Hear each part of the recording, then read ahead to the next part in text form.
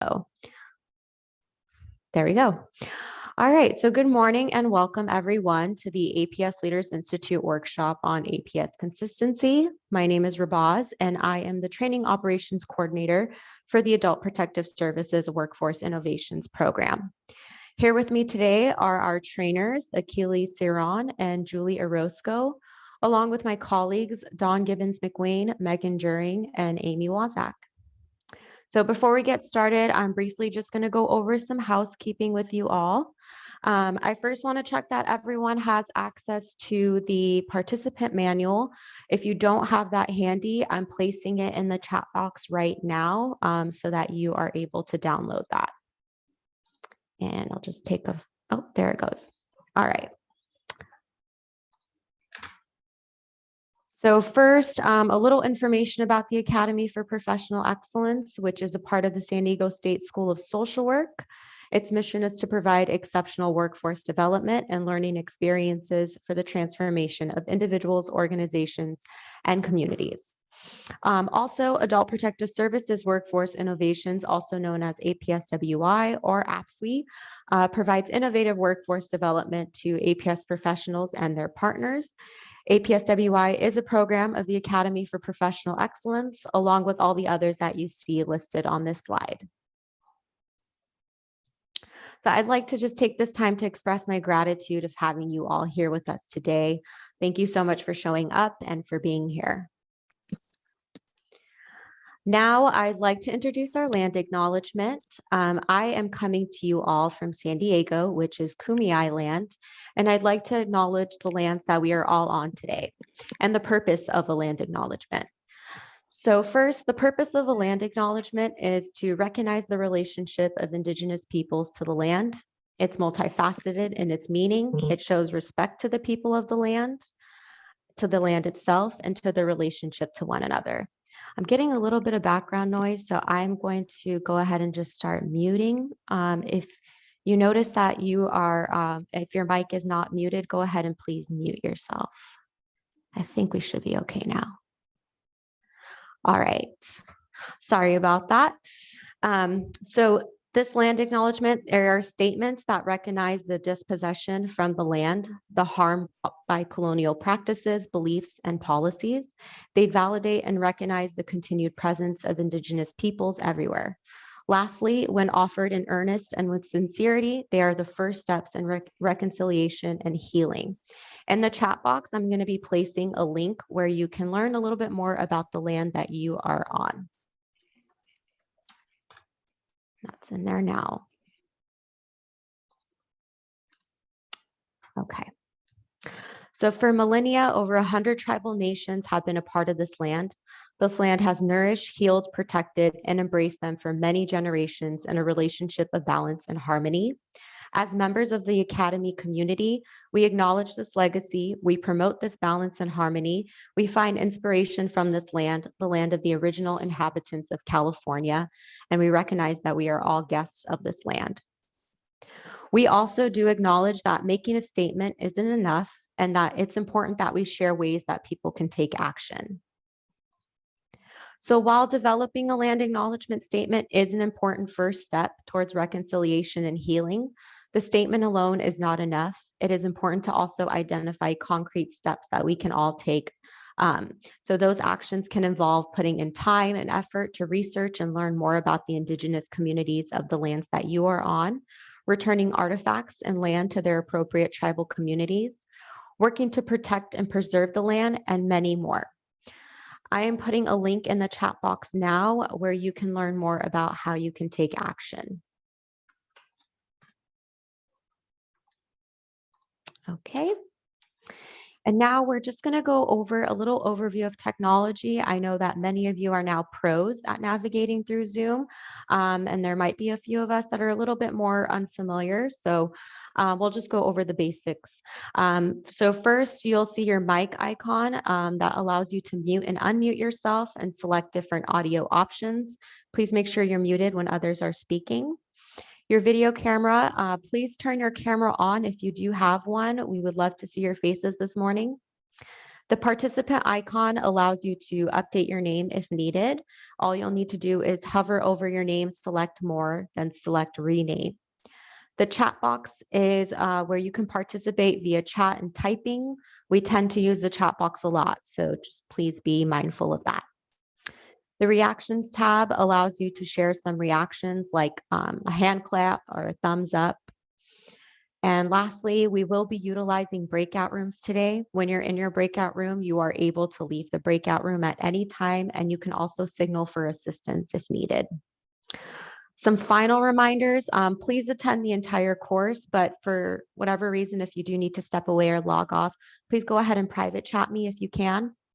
And lastly, technical glitches are inevitable, so on both our end and yours.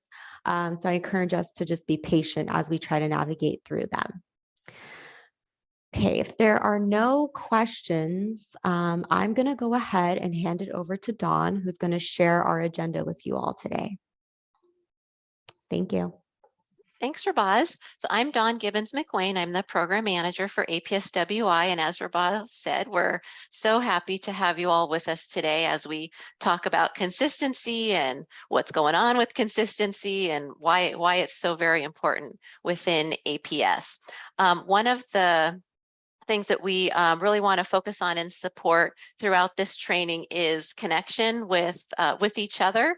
It's a little bit trickier in the virtual world, and so as Leaders Institute has evolved, we have been looking for different ways that we can help support you all in making connections with one another. One of the unique things that we've done this time is to share a contact sheet that went out yesterday.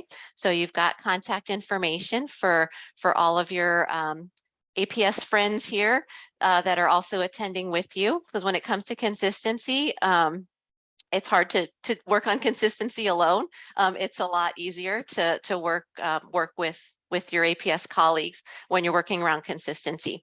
So please do make use of the contact sheet in your breakout groups, or if you hear someone talking about something and you want to hear more, definitely reach out to them. We've got again, a fairly lengthy breakout activity, and that'll be another good opportunity to make connections with your APS colleagues, because nobody understands APS like others that are in the trenches there working in APS programs. One of the rules that we instituted very early on, going back to our first Leaders Institute workshop, was Vegas rules. So what we talk about here stays here. The presentations are recorded, but the breakout activities are not.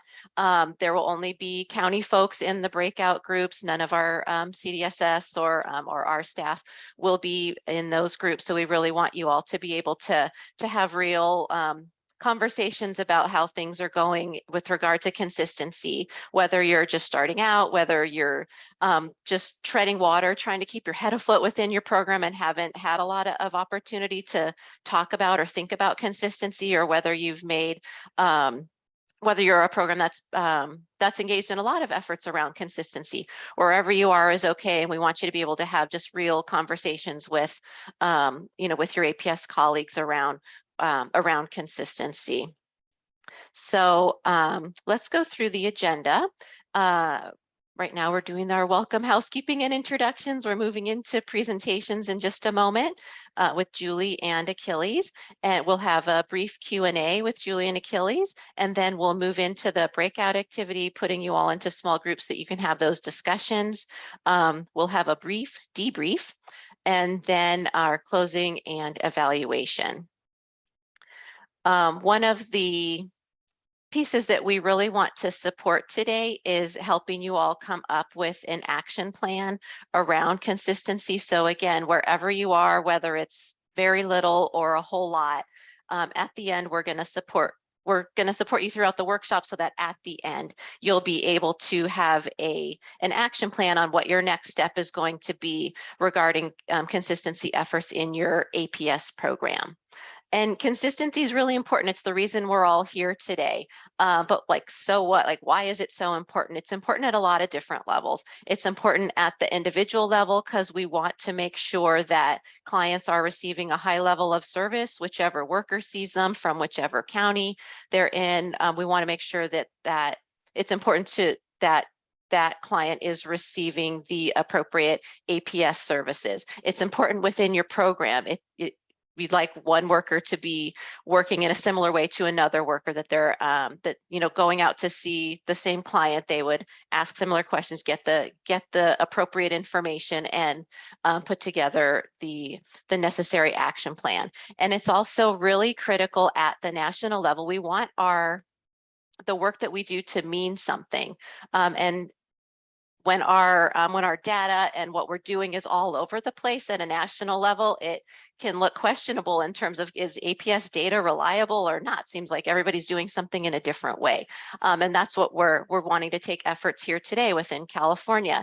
If we can really harness the power of California, we're a very large state with 58 different APS programs. If we can be making efforts towards greater consistency, that would be very meaningful on all levels, including on a national level.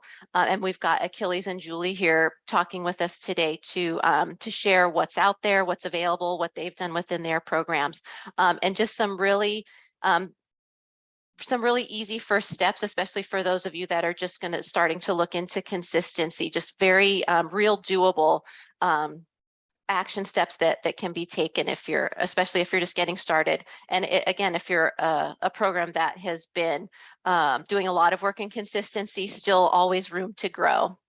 So with that, I'd like to introduce Achilles.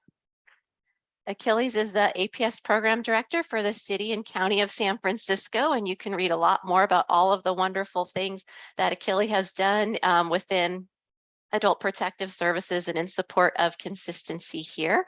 And with that, I will turn it over to you, Achilles. Hi, Dawn. Thank you very much. So I will share my presentation. Let me see here so that I can walk you through some of the documents that I believe are important for you to be aware of. There you go. So the reason I'm here is because I've been part of the consistency work group since its inception, and also the first product or work that this work group was assigned and how it was born. And so I'll give you some history and context of APS in California so you understand where we're at and where we came from, and what are the possible ways in which we can move together and where you can find this information. So I'm going to go back to 1999. That was a major overhaul of the APS program. That was Senate Bill 2199, I believe, of that year, that really created a robust APS program, robust compared to before, where there was hardly any attention paid to adult protective services. It existed, but it was certainly not a robust program.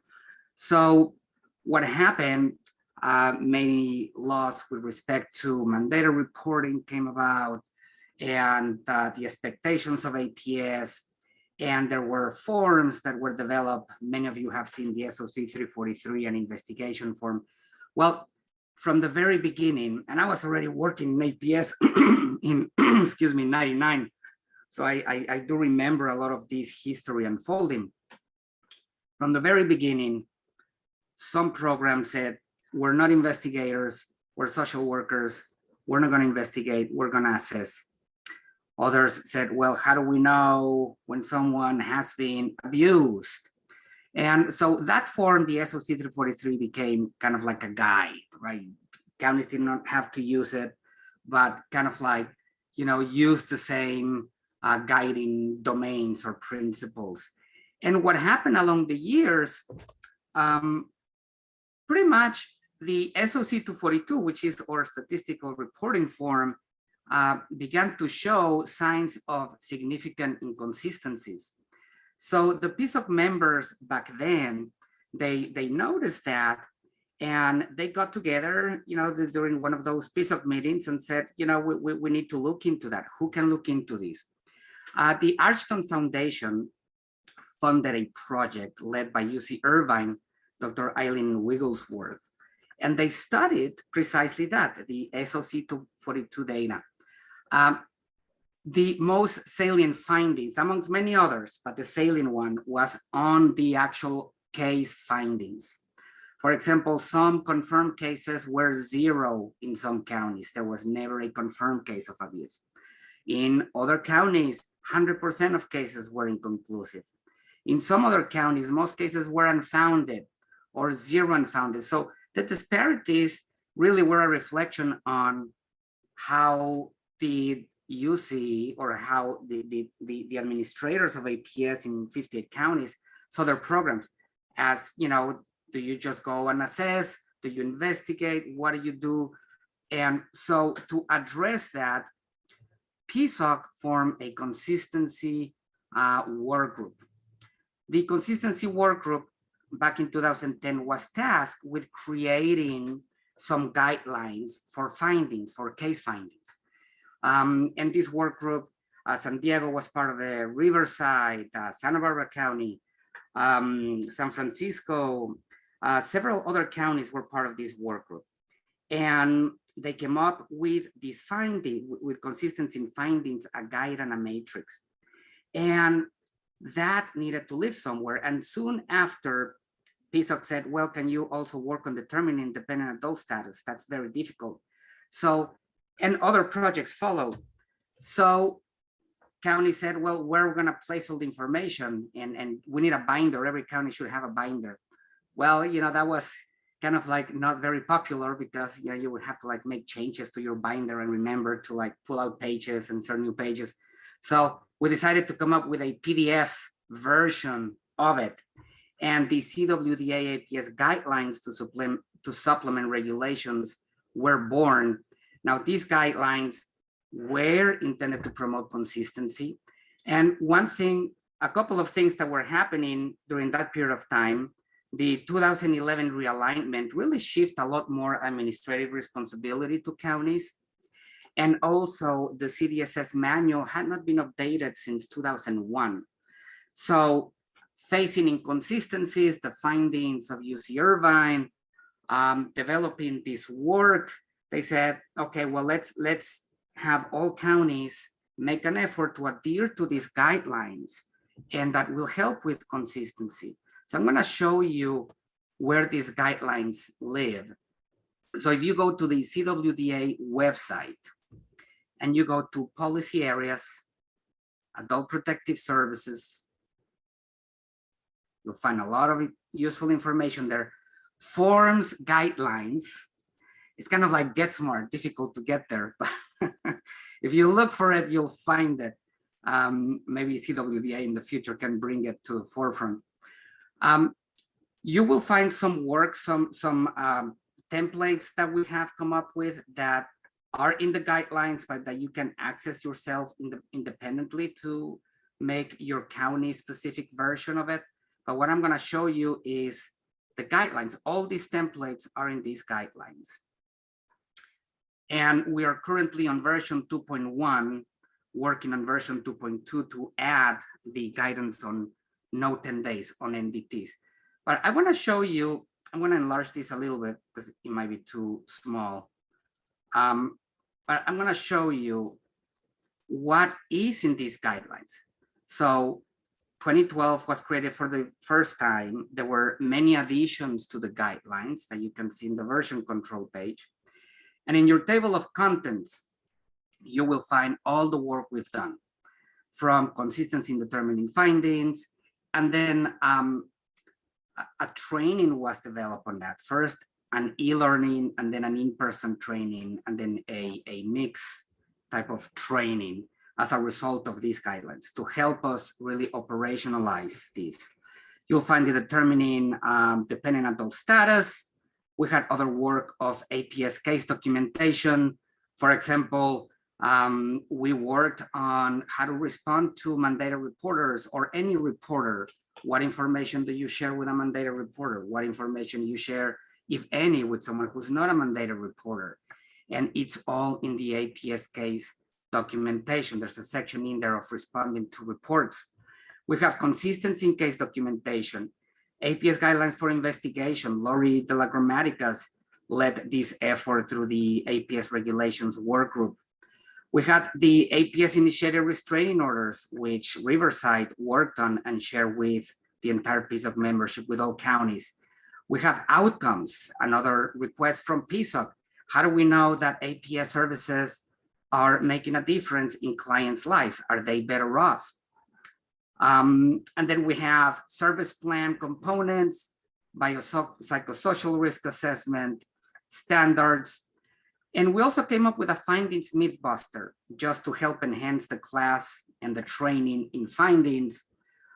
We said, okay, well, how can we help people be mentally prepared for what is not a finding? For example, just because you receive a case from the police, is that automatically confirmed, right? So that's the type of findings mythbusters that you can find. And we also have templates that early on, like Southern Regional working on many of these, like the MOU between APS and Public Garden, that was led by Riverside, for example.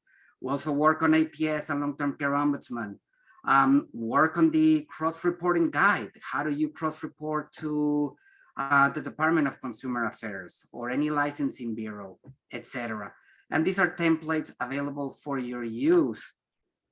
Now, I want to bring your attention to the determining findings so you can have a look on how the matrix looks like and how the training was developed so that workers would be trained on the essential defining elements and then be able to arrive to a specific finding. And I'm showing you this because later I will illustrate to you how San Francisco, one of many examples, decided to adhere to some of these guidelines. The other one consistent with that effort was our consistency in outcomes, which followed a lot of the same format because it worked, a table and a matrix. And this was APS California grown, so to speak, client level of engagement, caseworker interventions, remedies with consenting clients, what about if they're incapacitated, and all these considerations that we have in APS in California. Moving on with the presentation, what happened next and almost concurrent in 2010 with the Elder Justice Act, this is at the national level. We had the Administration for Community Living. It was born as a result of that act. And it was given the authority to fund and work on several projects. You can see them in front of you: elder abuse prevention intervention demonstrations, innovation grants, and many of these grants funded some of the research projects that California adopted back in like 2015, 2017. State grants to enhance adult protective services, and then the voluntary consensus guidelines. And also you might have heard of the National Adult Maltreatment Reporting System. These guidelines right here, which a lot of states participated in, I was one of the participants in these guidelines. This is the second version of them. Were designed to help states move a little bit closer towards consistency in practice with respect to best practices, for example. And you can find these guidelines. You may already have a link about them, but they are divided into domains. So what the Administration for Community Living said, we're giving states guidance on program and administration, timeframes, reports of maltreatment, conducting the investigation, service plan implementation, training, and program performance. And a lot of the work that they did was informed by work from NAPSA, like the Code of Ethics and other best practices.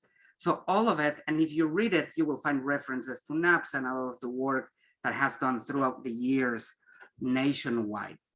Now, why this is important is because states that apply for ACL grants get additional points if they can show that they are meeting or they're working towards meeting these guidelines so that they can compete for these funds. So what California did in their response under the leadership of Kim Rutledge, we did a crosswalk of all these domains, and we found that we are consistent with a lot of these based on the CWDA guidelines, also based on our manual and how we practice APS, except a couple of items. One of them, supervisory initial ongoing training that I believe Julie and Southern worked on, and APS program performance, managing data and evaluating performance. So right now, evaluating performance is the current work of the consistency work group under PSOC. And the program data, that is something that is also being worked on. So that is the response of California to the national guidelines. So a couple of other things that happened as a response of the guidelines with respect to namers. The SOC 242 was really redone to help us equip ourselves to gather the data needed by the National Adult Maltreatment Reporting System. And California, we are, I believe, the most populous state. We're the same size as Canada in terms of population, about 40 million. So we do carry a lot of weight in how we gather the statistics. And as you might have noticed, some of you who are familiar with the 242, now a centerpiece of that reporting form is confirmed findings. So that's something important to take into account. So consistency in findings is important. Also in California, a couple of universities and counties at various levels participated in ACL funded research. A couple of those are, for example, the instrument of decisional abilities, which has taken some ups and downs in terms of the availability for implementation, just given on who owns the IDA. There's some issues that I believe that maybe they could be worked out, but aside from that issue, the actual document proved to be of value, and about 30 California counties participated in its training, and there were reports of value and consistency in determining someone's decisional ability, which is at the core of APS. Also, San Francisco and Napa, we partnered with UCSF and now Purdue to go into the actual outcomes. This one that I was showing you earlier, which I'm not sure I can get to it with this blocking myself right here.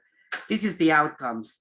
So basically, through that process, we work with pre-existing peer-reviewed research conducted on the East Coast and Chicago and so forth, called the EATS and the ESNA. We inserted into these California developed and grown outcomes and created a mechanism to be able to come up with the actual outcomes.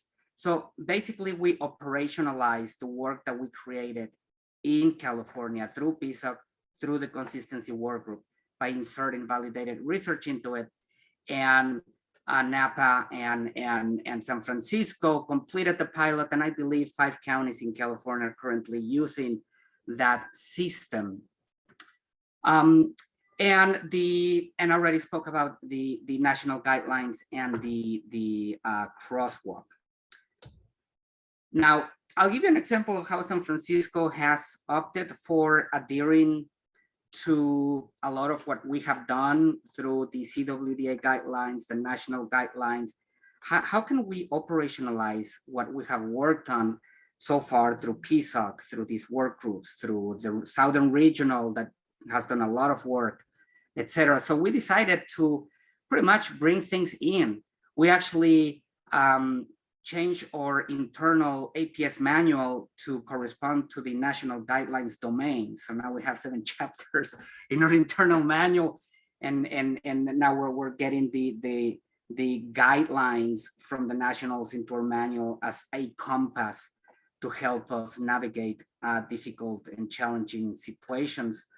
And we also, let me bring this back up. We also implemented our ISO matrix, which is the indicator services outcomes. So basically, now we have standardized questions based on research. So it doesn't matter what district you go in San Francisco, Our clients shouldn't be at the mercy of luck on who is the best worker, but they should expect to receive a comparable level of investigation and assessment. So basically, we have questions for every type of abuse that are standardized that we ask at the beginning. And staff reports, it was difficult at the beginning, but they now report feeling supported by having the tools to engage in conversation. One anecdote, we had a case of sexual abuse that went undetected in 2015, and that same case came back to us, and using the tool, we actually made headway. We asked the right questions, the right information was there. This was an autistic person who couldn't really speak, and the case was actually prosecuted.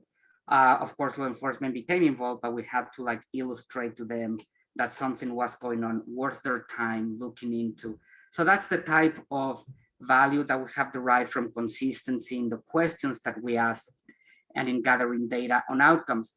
We also train everyone on consistency in findings. In 2018, not only did we implement formally our indicator services outcomes and what questions we ask, but also how to arrive at a finding. And we train supervisors, managers, and line staff, 45 workers, 10 supervisors, and then the admin staff. And we, I told you about the manual, and then we have developed a dashboard. I'll show you a snippet of that to help us capture a lot of this information. Let me see, next slide. So these are some of the findings after the training back in March 2017. Our findings were less of our desirable distribution. And after the training, you can look at March 2019, we skipped the pandemic years, which were kind of like challenging, on March 22. And we found a better distribution between the findings of confirmed, less inconclusive, more of the unfounded. And we believe, and we also trained again our staff back in 2021 on the consistency in findings using the virtual method. And as a result of implementing our indicator services outcomes, those standardized mechanisms, we, in partnership with Purdue now, we receive reports based on data that is worked on at the research level, indicating that there has been a reduction in these types of abuse since we began collecting this data June 7, 2018 through March 3, 2022. So now we have data to show to our commission. We have 11 board of supervisors in San Francisco, 11 districts. So it can be quite a bit of a zoo trying to talk to a lot of people, plus our commission on disability and aging services. So data does help. Some of the tools that we use as a result of combining a lot of this work, combining not only the activity in a case, which we are looking into the level of activity to develop ranges, and we have a lot of work to do on this, but we're trying to develop what is kind of like the prototype of a case well done. I have a couple of examples here. And we can compare supervisors, meaning units. We have 9 units right now that we can compare. And we'll grow with the expansion as we'll add 1 more unit.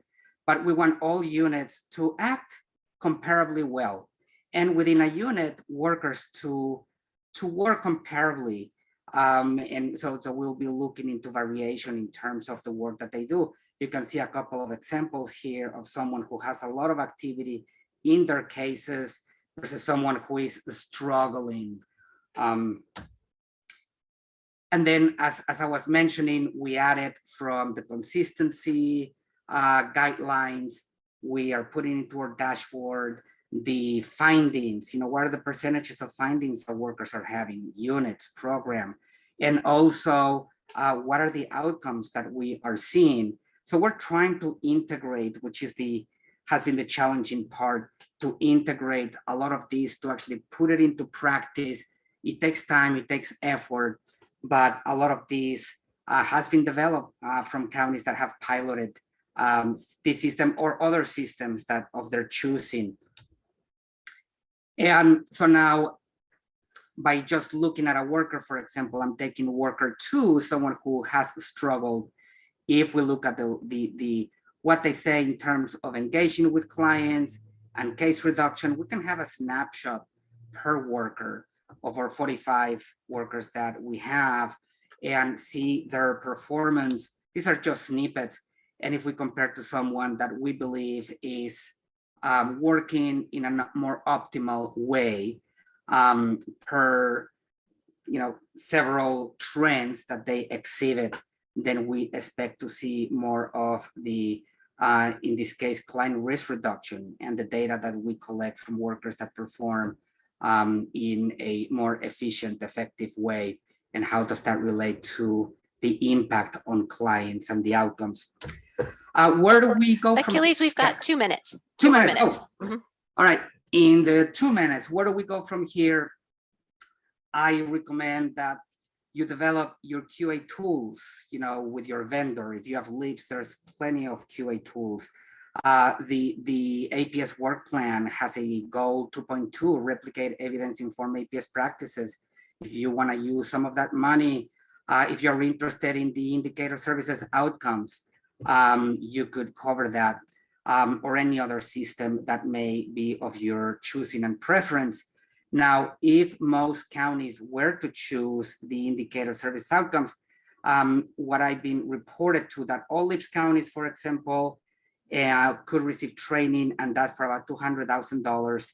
That's in addition to the 5 counties using it. And I want to remind you that this work is not exclusive to LIPS. It's just that's the largest vehicle that became friendly to it, but it is available to non-LIPS counties because it was developed by PSOC, by the work group, with federal funds, ACL funds, using partnerships with research universities, UCSF, Purdue. So take advantage of that value, take advantage of the science behind it, and begin practice consistency in your counties and see the results. Thank you. Thank you so much, Achilles. And next, we're going to hear from Julia Roscoe, who's the Deputy Director for Riverside Department of Public Social Services, Adult Services Division. And you can also read more about Julie's long career of public service in the trainer's manual, or I'm sorry, your participant manual. And with that, I will turn things over to Julie. Thank you, Dawn. I'm going to share my screen as well.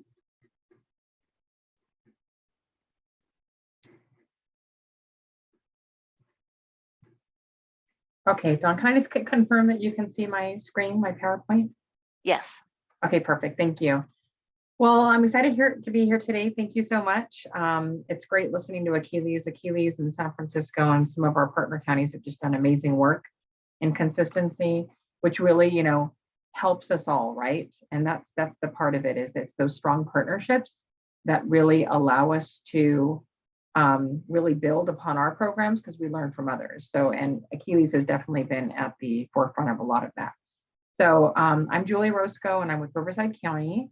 And today we're going to be talking about developing consistency in APS programs. And really the goal is that no matter where your program is at, if you're advanced, if you're just beginning, there's some easy things that you can implement along the way. And really take it to whatever level you're able and comfortable in doing. So today, really, I'm going to be focusing on these 5 types of areas, just about meetings, trainings, data, self-assessment, and CQI, aka QA, just as ways that we can really look at developing that consistency in our programs. So first, let's talk about meetings. So meetings sounds like it's a very simple thing. Julie, we all participate in meetings. We have too many of them, right? All of that. But it's really about the meetings that we're choosing to participate in, right? And the meetings that we're choosing to prioritize. So there are meetings that are with other states at the national level that NAPSA hosts. So NAPSA hosts peer-to-peer meetings for APS supervisors, as well as managers and administrators. These are excellent ways to really learn what other programs are doing and to share best practices. And those are the conversations that really lead into topics of consistency. There are state meetings. So a lot of us, we participate in state level meetings with APS counties. in California. And for example, I remember first attending my state meeting and some of our local regional meetings, and people talking about something that I understood to be completely different. Learned that after all these years, we were counting data wrong in a particular area, which was skewing the data that we were sending on the 242. That aha moment would have never been identified if I hadn't been participating in those meetings. So that just those discussions are really critical because it allows us to make sure that we are consistent in practice and data and reporting. And so the third level of meeting is really our regional meetings, right? So in California, a lot of our counties, we meet once a month in regional meetings. And I participate in the Southern County region, part of our regional meetings for APS. And those are just amazing because you get to know your local counties that much better. You get to understand some exciting things they're doing. We get to resourcefully borrow, which is what I call, AKA steal from one another, because they're doing great things and it's working. So why wouldn't I want to implement that in my county? So it's really good for those partnerships. So I cannot encourage enough the participation in these meetings so we can learn from one another and continue to grow. The second thing I really want to talk about is when we're trying to develop consistency, it's really important to consider trainings that might be able to help with that. So you heard a lot from Achilles about the consistency in determining findings training. So that has been around for many, many years, and it's existed in different iterations, right? So there was an e-learning developed, and Riverside County had actually rolled out an e-learning many, many years ago. But then we learned that they were developing the second piece. And so in Southern California region, we decided, consistency and findings is really important to us. And if it's really important, then to kind of put the actions behind the words, we decided that we were going to mandate all of our staff, supervisors, managers, deputies to participate in this training. So it's two parts. It's now the e-learning and it's the in-person training. And it was really great because not only did it bring together county folks, but there was also some counties that were mixed and we got to learn from one another. But it really did allow us to focus our efforts on consistency in determining findings using the same tools, and then also consistency in the way that we document our investigation conclusions. And so Southern counties rolled that training out in fiscal year 2021. And now I think a lot of us are in kind of that analysis stage to see what kind of impact we had. We have learned you can't just roll a training out and go, great, got that done, move on, what's next? There really has to be follow-up. And so we're looking now at booster trainings and how to continue to go back to that conversation. Because one thing that I learned, right, staff understand what we value by what we track, by what we go back to, by what we prioritize. So if we're prioritizing, hey, we're looking at these findings, we're looking at your documentation, they're going to know that it's not just one of those one and done trainings, that it's something that's really a culture shift for us. And we're really trying to make it to have a long-term impact. So that's one example of a training that we decided was important enough to roll out across the entire region. We highly recommend it for the entire state, but that is just one example. If there's another area that you guys are really interested in improving, I highly recommend looking to see if there's existing training that you can mandate with your staff. Another area that we try to focus on is data comparison, right? So now that you heard from Achilles that the 242 was revised, so all counties were, number one, required to participate. That happened a while ago, but also to submit the same data. They were able to then build the California APS data dashboard. And so now counties have the ability to compare themselves across the state. We didn't have that ability before. Now, if we reached out and we asked for some data, we were able to get it, but it was just not as easy. Now I can say, hey, I want to look at that. I can pull up the dashboard and do some comparison. For me, this really improved our line of sight across the state, and line of sight meaning from the top to the bottom. A dashboard is truly that. You can really look to see how we're performing in comparison to others. And so when I see that a partner county has like a really low recidivism rate and ours is really high, I can then reach out and say, okay, what are you guys doing? What's going on? How can we implement maybe some similar practices?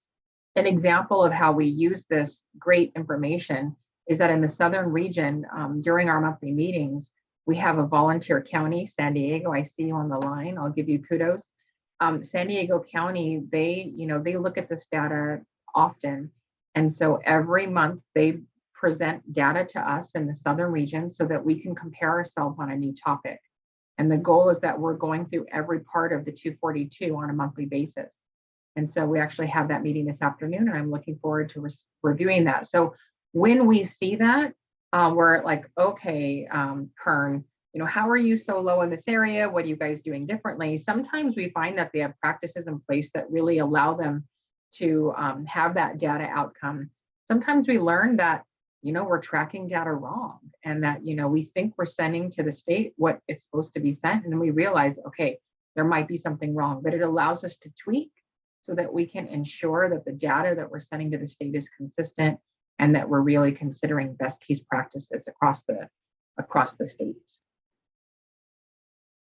The other thing that you heard Achilles kind of introduce is this national voluntary consensus guidelines. So I just wanted to kind of bring it down to a more local level to talk about how we implement such a comparison, right? So, Achilles provided an overview of the different areas that the state has provided guidelines on, recommendations on, and there's like 31 recommendation areas, right? That's a lot.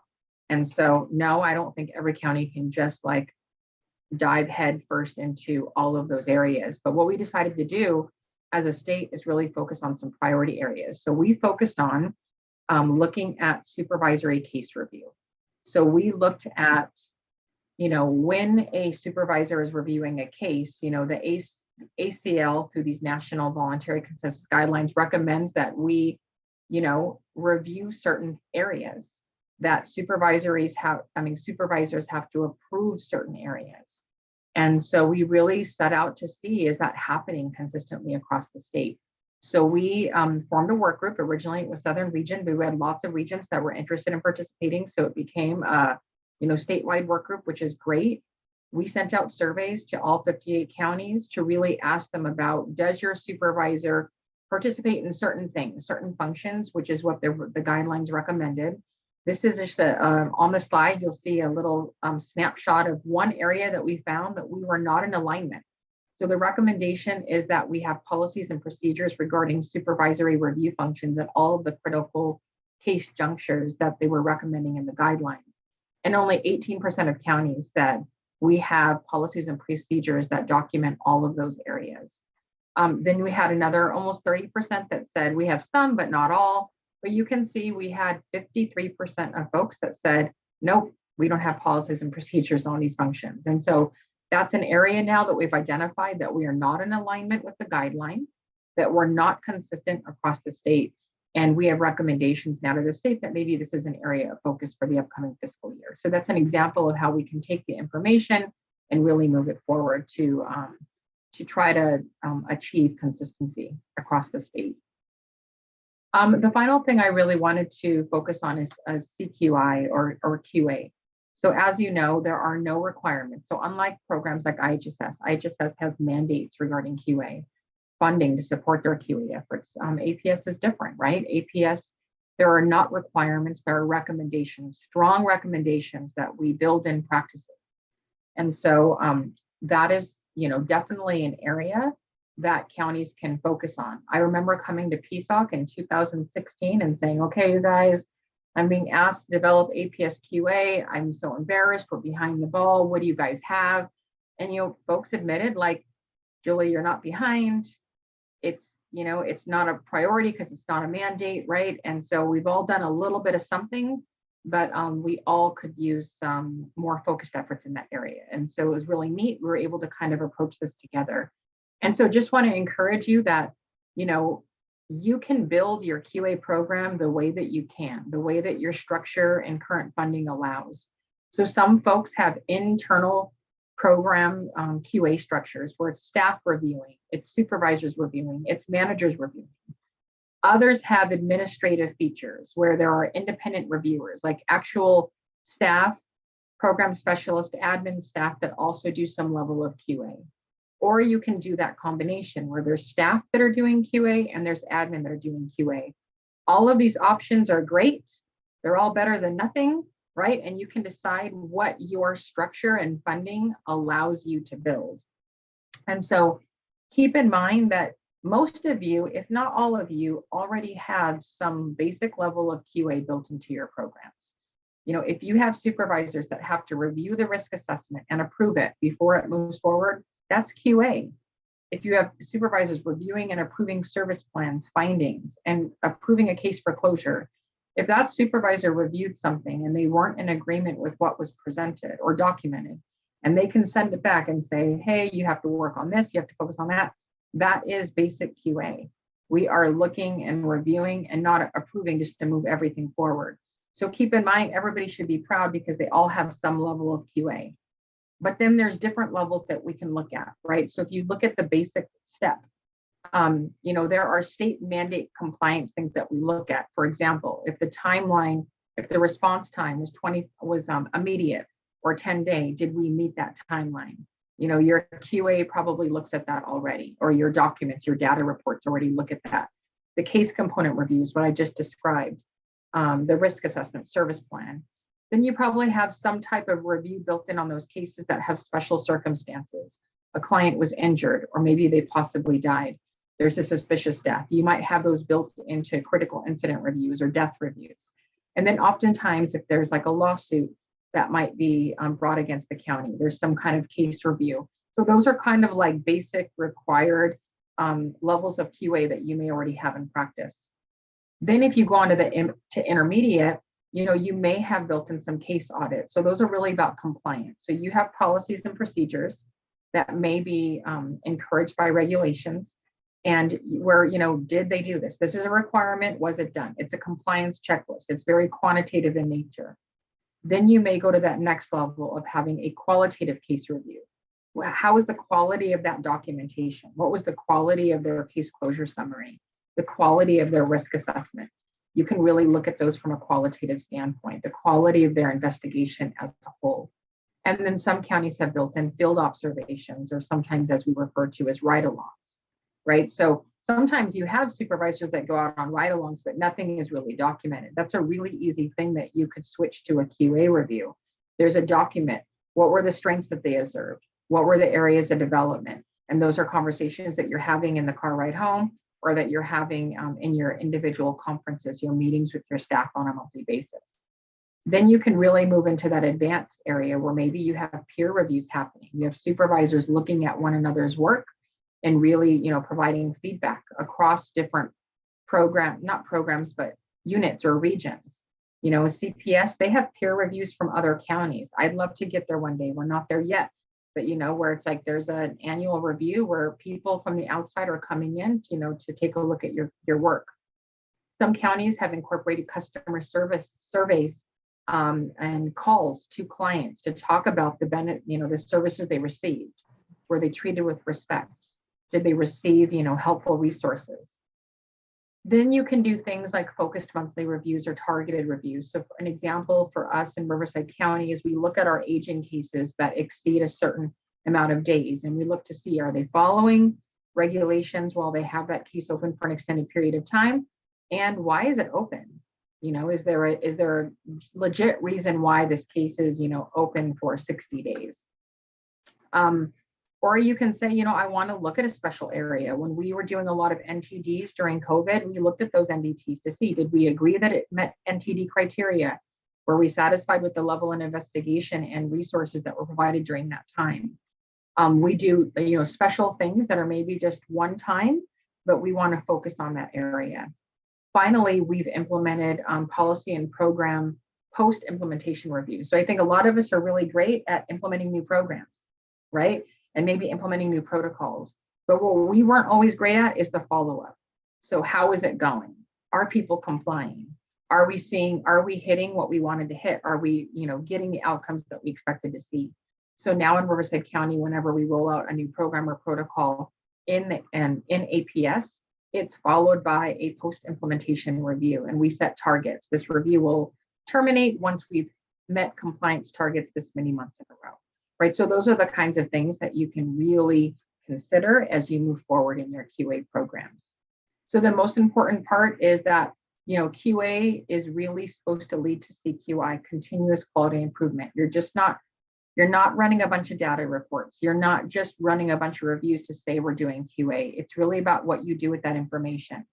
The outcome should lead to more information about what's going on in your programs, lessons learned, new policies, new trainings, because we're recognizing where the gaps are. So it's important that whatever decisions you make, that you're continuously linking it back to improved practices, areas of clarity that are needed by our staff. And then finally, just a recommendation, really, you know, those baby steps are important. When I first implemented QA, I wanted supervisors to do more QA, and I really had pushback. And I was like, okay, so I settled for less QA than what I wanted, less monthly reviews. But I'll be honest, all those few reviews add up to a large number of reviews completed every month, completed every year. And it makes a huge difference in our program. So just no matter where you're at, I encourage you to do something different, to consider a new practice, to consider, you know, any of these options we talked about today to really help make steps in the right direction towards consistency in your program, in your region, and across the state. Thank you. Thank you, Julie. Before we get into Q&A, I wanted to check in with the group and find out, are you having any aha moments? Has this given you any food for thought? Maybe you're thinking, gosh, we're not doing any QA at all. And now you're realizing, actually, we are. Or you've got a pretty robust QA plan, but you thought, like, gosh, we've never thought about doing this area. Maybe that's something we want to look into further. So feel free to put something in the chat or take yourself off mute or raise your hand. Any initial thoughts coming to you around consistency efforts?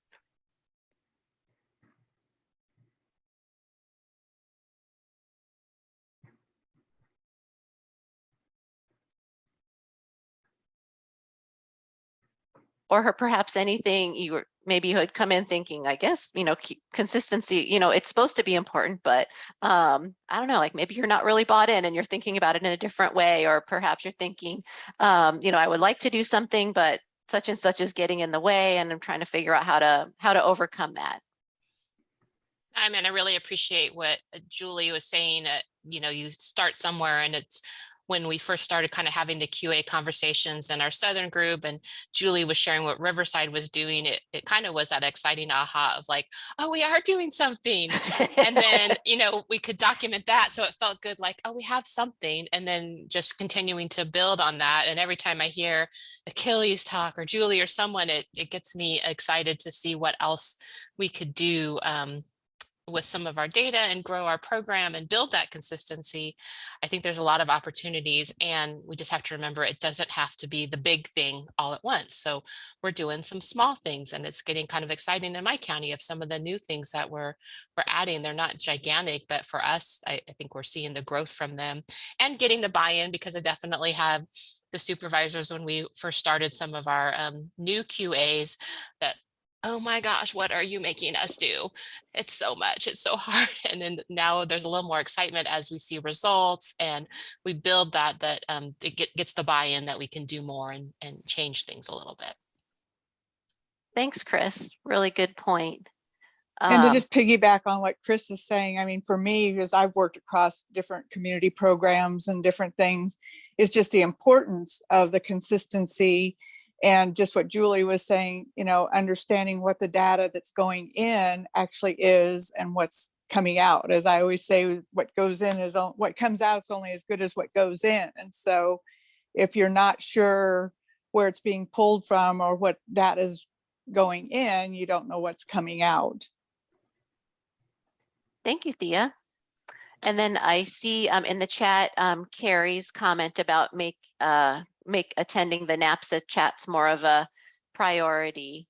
Again, it's helpful to have that overview of all of the just all of the supports that are available, you know, regionally or nationally. You know, what tools are there and how we can, you know, learn from each other and lean on each other, so that we're not having to, create and invent things. So we have a little bit of time with Julie and Achilles. I had seen one for some Q&A. I had seen one question come into the chat wondering if Elise asking if San Francisco's manual could be shared. I think that I'm trying to go back. Do you have a little bit more context for that, Elise? I'm trying to remember which part of the presentation that question came in. It's their internal manual for, it sounds like they developed something internal for staff. So basically like a policy and procedure or a training manual that they developed for their staff. Could they share that? Hi, Elise. Yes, of course. I'm more than Okay. happy to do Thank so. you. We've shared with other counties, so feel free to reach out to me and we'll share with you. Great, thank you. And Rabaz has put Achilles and Julie's email addresses up here. They are not on the contact list, but they are here. And we just added them so they're not in your manual. So we can put these into the chat as well for you. So yeah, Elise, feel free to email Achilles, and Achilles is willing to share that. What other questions do you all have for Julie and for Achilles? Achilles, there's a question for you from Sylvia with LA County. We reviewed the ISO matrix, but it seems to us too long. Was it difficult to implement?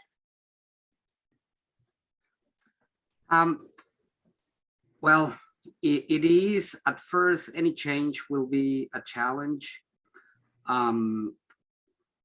but once workers get into a routine, interestingly enough, many of the workers that I thought were not going to turn, they turn around, they share the appreciation to help them begin conversations. Now, in the field of research, there's a couple of things that happen. There's like a longer set of questions, but in San Francisco, we decided to use a reduced version of that. So we call it the mini. And the reason is practicality. So at the very beginning, the pilot would use all the questions, and there were several. And one of the issues that we found was that people have only so much stamina, and it may be hot where they are, they may be thirsty, they may be tired, they may be snappy, the attention span. So for as much as I know that researchers would like to have like the entire schedule of questions, at the practical level, we had to come to some sort of like a happy medium where we get meaningful data and we get enough to get going. And then of course, workers can use more questions if it's suitable, but we have a minimum standard of questions that we use, that it is not the full extent of the questions. And that is an agreement that we worked on with Purdue, with UCSF back then, and a lot of the data that we're gathering, we figure, okay, what are the questions that are the most indicating of abuse? And we chose those questions. And right now we have about 3 to 4 questions per type of abuse. And then we have an association on the type of abuse. So for example, if you have like physical abuse and it is associated with sexual, you would ask both. And then you can ask more, but you have tools to initiate your conversation. So that's a total of, let's say, 6 questions, for instance, right? Financial abuse, 4 questions. You begin your standard questions, and then you can follow up on the answers. And I think it works out pretty good. And I think workers like that, having the tools to get them started consistently without finding a way to have a client answering a lot of questions, and then you don't really get to the next steps. So that's the version we're using in San Francisco.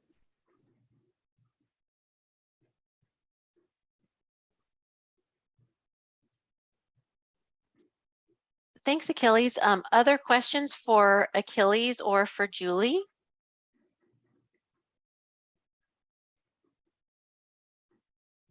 John, if there's not a question, can I add something? Sure. So I just wanted to share, I put one example in the chat, but I really wanted to piggyback on what Kaylee said earlier about really looking to get help from your case management program that you're using. I'm going to speak to LEAPS because I'm a LEAPS county and because I think majority of counties are LEAPS, but just to share that there, for example, we had recognized that there was some pockets of workers that were submitting risk assessments blank or incomplete to be timely, right? And we really wanted to address that practice. And so we had built this crazy data report to kind of identify these cases where there was probably an early submission that was not complete. And then, in talking to LEAPS, they're like, oh, we can give you that report easily. We'll send it to you weekly. So they basically send us a report where it shows anybody that submitted their risk assessment with either the narrative or the radio button sections blank or incomplete, right? So we had done all this work and was doing this huge manual process, and it was such a simple thing for them to send us. The other thing we did is we really wanted to ensure that people were submitting complete interview notes, timely, but also complete. And we noticed that some people would kind of do placeholders face-to-face with the client. They wanted it to mark the case as compliant and then go back and fill the details in later. So we talked about, changing that practice. And so we asked LEAPS, and LEAPS was able to they send it to us daily, actually. Anybody who submits an interview note that's blank or has like so many few words or less, right? So that is something that it's really hard for a program to just uncover easily, but it's really nice when the program can support those efforts. So just encourage you that if you're finding an area of struggle that you really want to take a deeper dive into, take a look to see if your case management program can support those efforts. Thanks, Julie. And one final question, a question about the ISO matrix. Is there a cost involved? If so, is it a one-time cost or an ongoing cost? Achilles, do you have any information on that?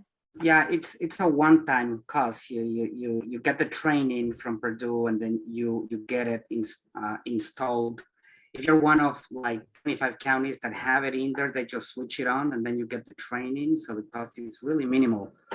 The other ones where they need to install it into the bases, then it's a one-time cost. Plus San Francisco, we paid for this isometrics QA dashboard, and we really built a bulk of the cost. So whoever wants to use it, it's really at a minimal, just to get it going into your county. But we paid for the entire framework for it to be in LIPS. So take advantage of that. And LA, I just wanted to show you like the questions for the types of abuse, like self-neglect, physical, sexual, etc. And then the correlation of what types of abuse are related to others, to give workers the ability to say, okay, I'm going to ask questions about maybe isolation, but also emotional abuse, or physical and emotional, and etc. Thanks, Achilles. Excuse me. And good question. I can see that the wheels are turning. So that's very exciting. We're going to move now to the breakout activities so that you all will have an opportunity to talk in small groups about consistency. We've got some guiding questions, and these were part of the pre-work to get you thinking in advance. So in your breakout groups, we want you to invite you to talk about where are you now? What are you currently doing? Again, maybe it's something, maybe it's nothing, maybe you thought it was nothing, but you're realizing from listening to Achilles and Julie that you really are doing some things. Wherever you are is totally fine. So where are you now? Where do you want to go? What's your goal? Where would you like to, where do you want to head to? And what steps you can take. Again, by the end of the workshop, we want you to have an action plan. Just, one thing that you're going to commit to doing to take steps and move forward around consistency within your APS program. So these questions are in your manual. Rabaz also just placed them in the chat. Again, the breakout groups are for county folks only. So our EDSS friends and our APSWI staff are not going to be a part of those groups. And so Rabaz is going to start placing people in groups. Rabaz, is there anything that you need to share about how the breakouts work or anything on the tech side? Just a little overview of this slide about joining the breakout room. Just go ahead and click join when you get that notification. If you need assistance, you can also ask for that once you're in the room.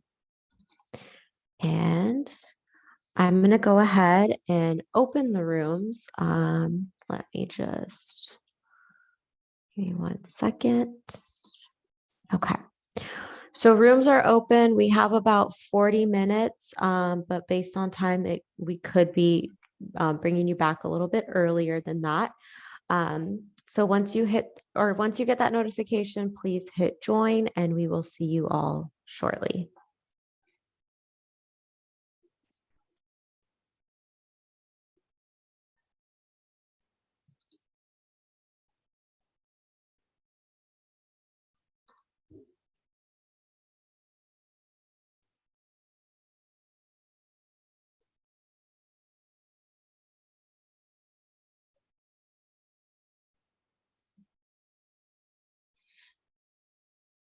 Okay.